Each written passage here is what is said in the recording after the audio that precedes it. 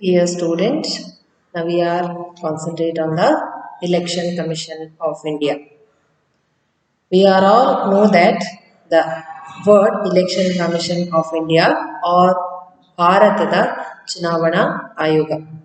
ನಿಮ್ಗೆ ಗೊತ್ತಿದೆ ಈ ವರ್ಡ್ ಅನ್ನ ತುಂಬಾ ಫೆಮಿಲಿಯರ್, ನೀವು ಕೇಳಿದಿರಿ. ಎಲೆಕ್ಷನ್ಸ್ ವೋಟ್ ಅನ್ನೋದು ನಿಮಗೆ ನಾರ್ಮಲ್ ಆಗಿ ಗೊತ್ತಿರುವಂತಹ ಒಂದು ವಿಷಯವಾಗಿದೆ. The election commission of India. Indian Constitution provided a special provisions to the Election Commission to conduct the elections in India. Elections in India. ಭಾರತದಲ್ಲಿ ಚುನಾವಣೆ ನಡೆಸಲು ಭಾರತದ ಸಂವಿಧಾನವು ಅದಕ್ಕೆ ಅವಕಾಶವನ್ನು ನೀಡಿದೆ. ಯಾವುದೇ ಒತ್ತಡ ಇಲ್ಲದೆ free and fair election conduct ಮಾಡಲಿಕ್ಕೆ ಯಾವುದೇ ಒತ್ತಡಗಳಿಲ್ಲದೆ ಅಥವಾ ಯಾವುದೇ ವಿಷಯಗಳ ಗೊಂದಲಗಳಿಲ್ಲದೆ ಚುನಾವಣಾ ಆಯೋಗವು ಭಾರತದಲ್ಲಿ ಚುನಾವಣೆಗಳನ್ನು ನಡೆಸುತ್ತಾ ಬಂದಿದೆ. This is the concept of election commission in India. It is a statutory body of India. It is called as a election commission. It is a election commission. The election commission conduct the election of the office of the president. ಯಾವೆಲ್ಲ ಪೋಸ್ಟ್ಗಳಿಗೆ ಎಲೆಕ್ಷನ್ಗಳು ನಡೀತವೆ? The office of the president, vice president, and Lok Sabha election, Rajya Sabha election, and state legislature means Vidhana Sabha and Vidhana Parishad. Then Panchayat level, the decentralization, territories and the local bodies. Union territories ಅಂದರೆ ಕೇಂದ್ರಾಡಳಿತ ಪ್ರದೇಶಗಳಿಗೂ ಚುನಾವಣಾ ಆಯೋಗವೇ ನಡೆಸುತ್ತದೆ. Next, the composition of the election commission composition. Before, it is only one body. ಅಂದರೆ ಒಬ್ಬನೇ commissioner is a chairman of the under the control of the chairman of election commission. Chairman of election commission ಚುನಾವಣಾ ಆಯೋಗದ ಅಧ್ಯಕ್ಷರು ಯಾರಿರ್ತಾರೆ ಅವರ control ಅಲ್ಲಿ ಇಡೀ ಕೆಲಸ ಚುನಾವಣೆಯನ್ನ ನಡೀತಾ ಇತ್ತು. After the PV Narasimha Rao government, after the PV Narasimha Rao government in the year 1993, it is the member of the election commission, it is more than one, ಅಂದ್ರೆ ಒಂದಕ್ಕಿಂತ ಹೆಚ್ಚು ಜನರನ್ನ ಅಲ್ಲಿ ಸೆಲೆಕ್ಟ್ ಮಾಡಲಾಯಿತು. ಏನಂತ ಹೇಳಿದ್ರೆ ಅಲ್ಲಿ ಒಬ್ಬರಿದ್ದವರನ್ನ 3 ಜನರ ಅದು ಸದಸ್ಯತ್ವ ಇರುವ ಹಾಗೆ ಅದನ್ನ ಎಲೆಕ್ಷನ್ ಕಮಿಷನ್ ಅನ್ನ ಕನ್ವರ್ಟ್ ಮಾಡಲಾಯಿತು. ಈಗ ಎಲೆಕ್ಷನ್ ಕಮಿಷನ್ ಅಲ್ಲಿ ಒಬ್ಬರು ಚೇರ್ಮನ್ ಆದ್ರೆ ಇಬ್ಬರು ಅವರಿಗೆ ಅಸಿಸ್ಟೆಂಟ್ ಮಾಡುವಂತಹ ವ್ಯಕ್ತಿಗಳು, ಅಸಿಸ್ಟ್ ಮಾಡ್ಲಿಕ್ಕೆ ಇರುವಂತಹ ಮೆಂಬರ್ಸ್ ಅಲ್ಲಿ ಇರ್ತಾರೆ. 3 members. Now it is 3 members. Next is the appointment and the removal. The appointment of the chairman of election commission is conducted by the president of India. ಭಾರತದ ರಾಷ್ಟ್ರಪತಿಗಳು ಎಲೆಕ್ಷನ್ ಕಮಿಷನ್ ಚುನಾವಣಾ ಆಯೋಗದ ಅಧ್ಯಕ್ಷರನ್ನ ನೇಮಕ ಮಾಡ್ತಾರೆ. ಅದರ ಜೊತೆಗೆ ಇತರ ಇಬ್ಬರನ್ನು ಕೂಡ ಅವರೇ ಅದಕ್ಕೆ ಸದಸ್ಯರನ್ನಾಗಿ ನೇಮಕ ಮಾಡುವಂಥದ್ದು. ಆದರೆ ರಿಮೂವಲ್ ಪ್ರಾಸೆಸ್ ಹೇಗೆ, ಅವರನ್ನ ಆ ಪದದಿಂದ ಅಥವಾ ಅಧ್ಯಕ್ಷ ಸ್ಥಾನದಿಂದ ತೆಗೆಯುವುದು ಹೇಗೆ? There is no special provision for removing the is only one procedure for removing the chairman of election commission. It is a impeachment process. ಮಹಾಭಿಯೋಗ ಅಂತ ಕರಿತೇವೆ ಕನ್ನಡದಲ್ಲಿ ನಾವು ಅದನ್ನು. ಮಹಾಭಿಯೋಗದ ಮೂಲಕ ಮಾತ್ರ ನಾವು ಚುನಾವಣಾ ಆಯೋಗದ ಅಧ್ಯಕ್ಷರನ್ನ ಹುದ್ದೆಯಿಂದ ತೆಗೆದು ಹಾಕಬಹುದು, ಇಲ್ಲದಿದ್ರೆ ನಾವು ತೆಗೆದು ಹಾಕಲಿಕ್ಕೆ ಸಾಧ್ಯ ಇಲ್ಲ. ಮಹಾಭಿಯೋಗ ಅಂದ್ರೆ ಏನು? ಯಾವ ವ್ಯಕ್ತಿಯು ಎಲೆಕ್ಷನ್ ಕಮಿಷನ್ ನ ಅಧ್ಯಕ್ಷರಾಗಿರ್ತಾರೋ ಅವರು ಯಾವುದಾದ್ರೂ ಇಲ್ಲೀಗಲ್ ಪ್ರೊಸೀಜರ್ಗಳಲ್ಲಿ ಭಾಗವಹಿಸಿದ್ರೆ ಅಥವಾ ಅವರ ಬಗ್ಗೆ ಏನಾದ್ರೂ ಕಂಪ್ಲೇಂಟ್ಸ್ ಇದ್ರೆ, ತೀವ್ರತರವಾದ ಕಂಪ್ಲೇಂಟ್ಸ್ ಇದ್ರೆ ಆಗ ನಾವು ಲೋಕಸಭೆ ಮತ್ತು ರಾಜ್ಯಸಭೆ ಮತ್ತು ವಿಧಾನಸಭೆ ಎಲ್ಲಾ ರಾಜ್ಯಗಳ ವಿಧಾನಸಭೆಯ ಸದಸ್ಯರು ಮೂರನೇ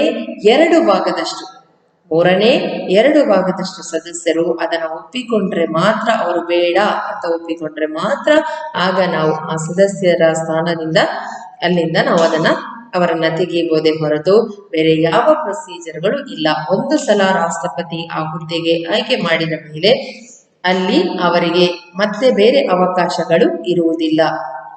ತೆಗೆಯುವಂತ ಅವಕಾಶ ಪ್ರೆಸಿಡೆಂಟ್ಗೆ ಕೂಡ ಇಲ್ಲ.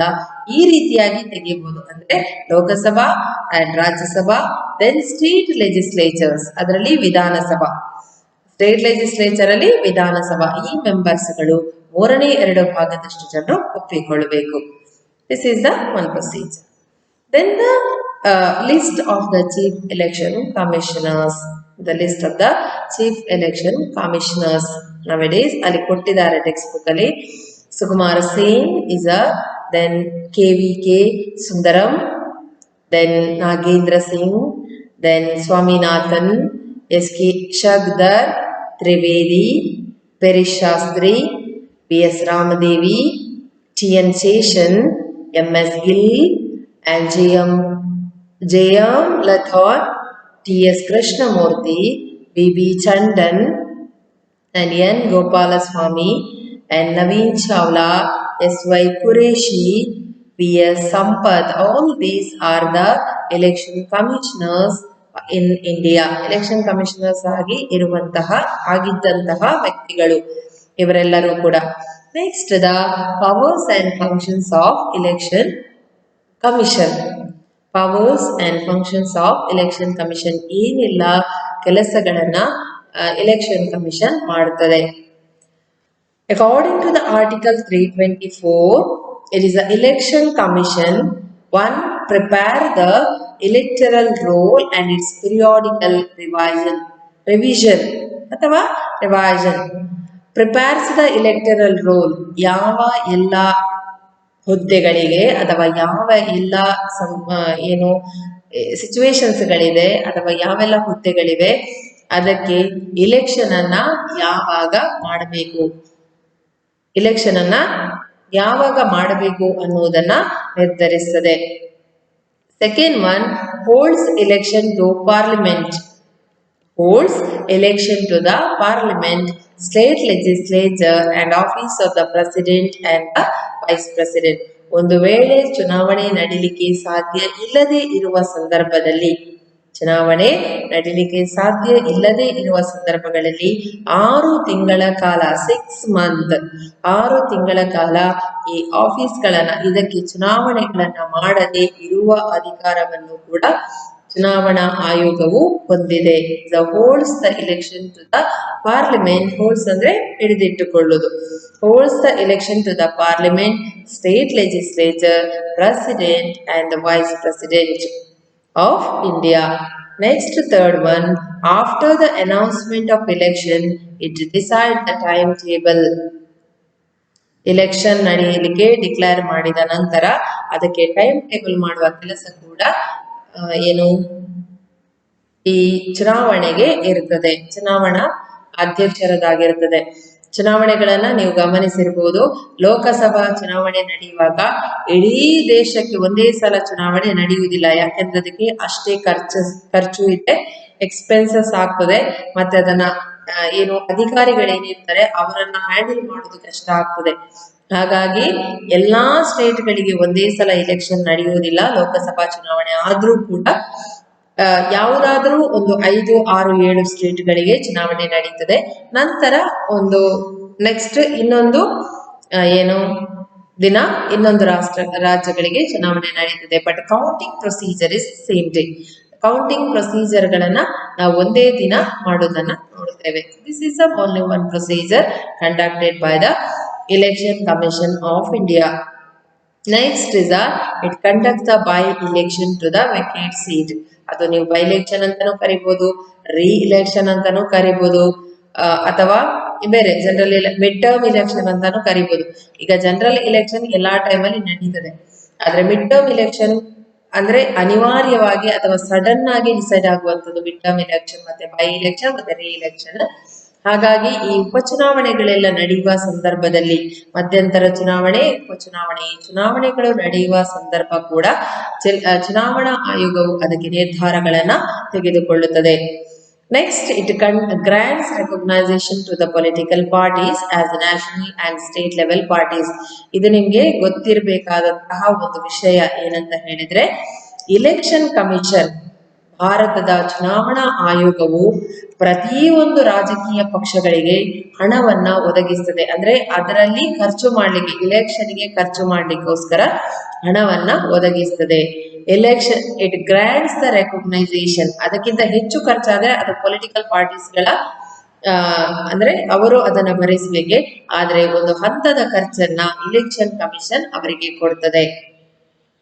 grants recognition to the political parties as national and the state level political parties.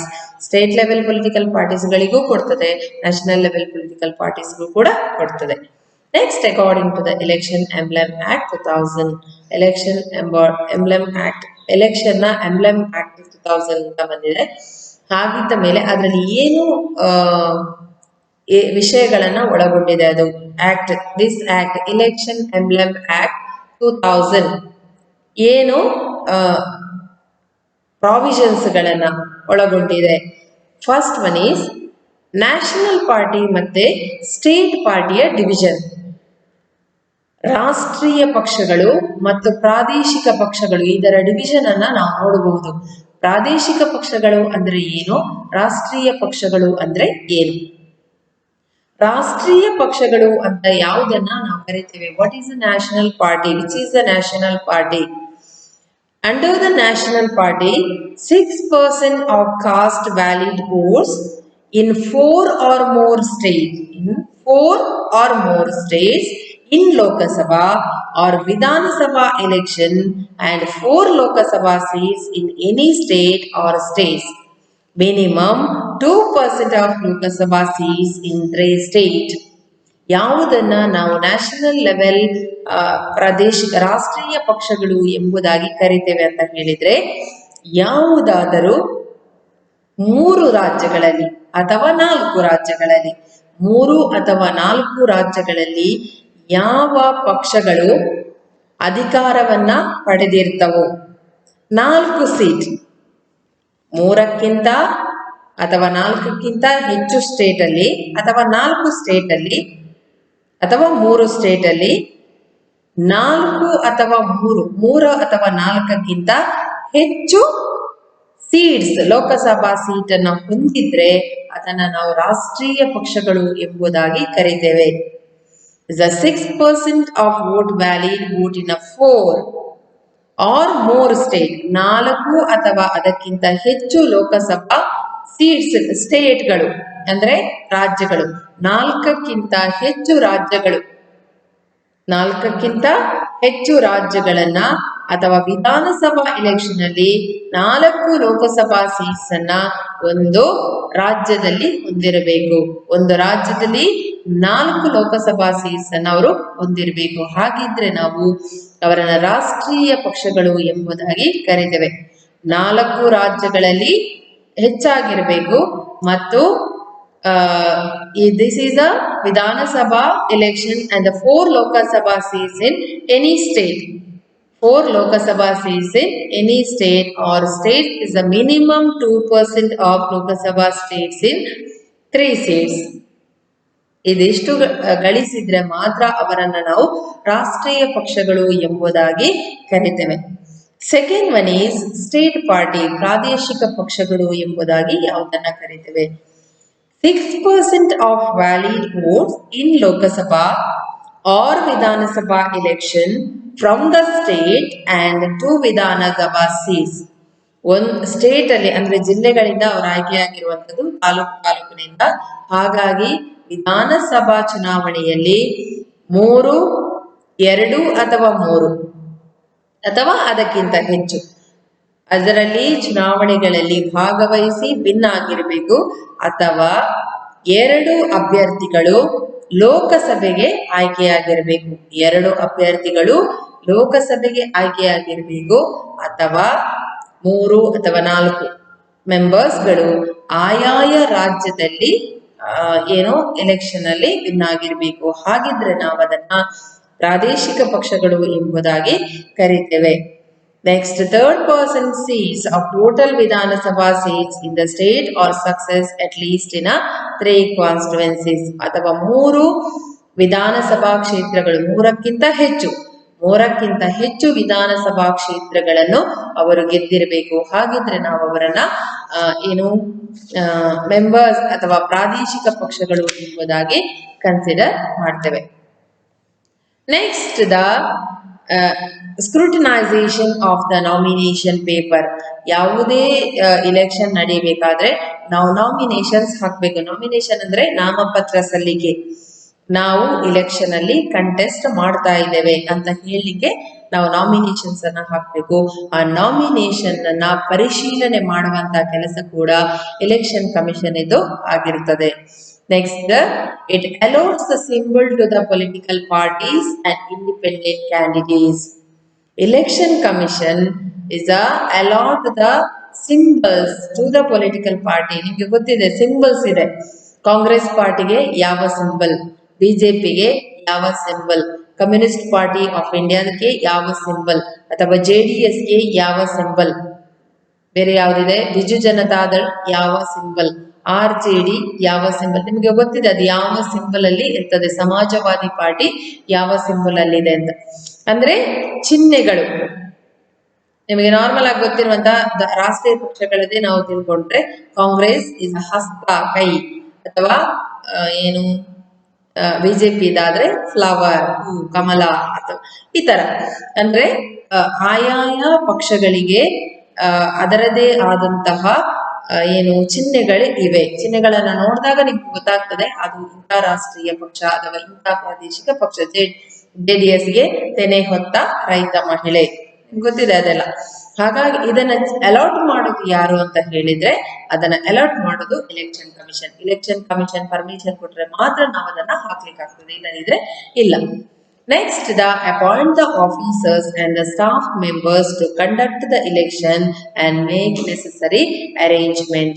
Election time ಅಲ್ಲಿ ಬೇಕಾದಷ್ಟು ಜನ ನಮ್ಗೆ ಈ ಹೆಲ್ಪ್ ಮಾಡ್ಲಿಕ್ಕೆ, ಅಂದ್ರೆ ಇದನ್ನ ಆಫೀಸರ್ಸ್ ಗಳು ಬೇಕಾಗ್ತಾರೆ. ಆಗ ಆಫೀಸರ್ಸ್ ಗಳಿಗೆ ಎಷ್ಟು ಬೇಕು, ಯಾರನ್ನ ನಾವು ಸೆಲೆಕ್ಟ್ ಮಾಡಬೇಕು ಮತ್ತು ಯಾರನ್ನ ಅಪಾಯಿಂಟ್ಮೆಂಟ್ ಮಾಡಬೇಕಾ ಬೇಡವಾ, ಈ ಎಲ್ಲ ನಿರ್ಧಾರಗಳನ್ನ ಎಲೆಕ್ಷನ್ ಕಮಿಷನ್ ತೆಗೆದುಕೊಳ್ಳುತ್ತದೆ. Next, can order the re-poll in the any constituency, ಅಥವಾ ಯಾವುದೇ ಕಾನ್ಸ್ಟಿಟ್ಯುವೆನ್ಸಿಯಲ್ಲಿ ಕ್ಷೇತ್ರಗಳಲ್ಲಿ ತಪ್ಪಾಗಿ ಎಲೆಕ್ಷನ್ಗಳು ನಡೆದ್ರೆ ಅಥವಾ ಬೂತ್ ಕ್ಯಾಪ್ಚರಿಂಗ್ ಆದ್ರೆ, ಇಂಥ ಸಂದರ್ಭಗಳು ಬೇರೆ ಬೇರೆ ಆಗ್ತವೆ. ವೋಟಿಂಗ್ ಮೆಷಿನ್ ವರ್ಕ್ ಮಾಡದೇ ಇದ್ರೆ ಇಂಥ ಸಂದರ್ಭದಲ್ಲಿ ಮತ್ತೆ ಪುನಃ ಎಲೆಕ್ಷನ್ ನಡೆಸುವ ಸಾಧ್ಯತೆ ಇರ್ತದೆ, ಅದನ್ನು ನಾವು ಮಾಡಬೇಕಾಗ್ತದೆ. Next, it can withhold the election result and on valid grounds. Correct ಆದಂತ ವ್ಯಾಲಿಡ್ ಆಗಿರುವಂತಹ ಪ್ರತಿಯೊಂದು ವಿಷಯಗಳನ್ನ ನಾವು ಗಮನಿಸಬೇಕಾಗ್ತದೆ. ಇದನ್ನ ಎಲೆಕ್ಷನ್ ಕಮಿಷನ್ ನಿರ್ದಿಷ್ಟವಾಗಿ ಕಾರ್ಯರೂಪಕ್ಕೆ ತರ್ತದೆ. Next, the president or the governor act on the advice of the election commission. Election ಕಮಿಷನ್ಗೆ ಕೇಂದ್ರದಲ್ಲಿ ಪ್ರೆಸಿಡೆಂಟ್, ರಾಜ್ಯದಲ್ಲಿ ಗವರ್ನರ್ ಸಲಹೆ ಸೂಚನೆಗಳನ್ನ ನೀಡಬಹುದಾಗಿದೆ. Disqualification of members of the house. ಯಾರು ಎಲೆಕ್ಷನ್ ಅಲ್ಲಿ ವಿನ್ ಆಗಿರ್ತಾರೆ ಅವರು ಡಿಸ್ಕ್ವಾಲಿಫೈಡ್ ಅಥವಾ ಕ್ವಾಲಿಫೈಡ್, ಅರ್ಹತೆ ಉಳ್ಳವರ ಅಥವಾ ಇಲ್ಲದವರ ಅನ್ನೋದನ್ನು ಕೂಡ ನಿರ್ಧಾರವನ್ನ ತೆಗೆದುಕೊಳ್ಳುವುದು ಎಲೆಕ್ಷನ್ ಕಮಿಷನ್ ನ ಕೆಲಸ ಆಗಿರ್ತದೆ. Next, as per the Representation of the People's Act of 1950 and 51, Election Commission of India conducted the process of whole election in India. This is the Election Commission of India.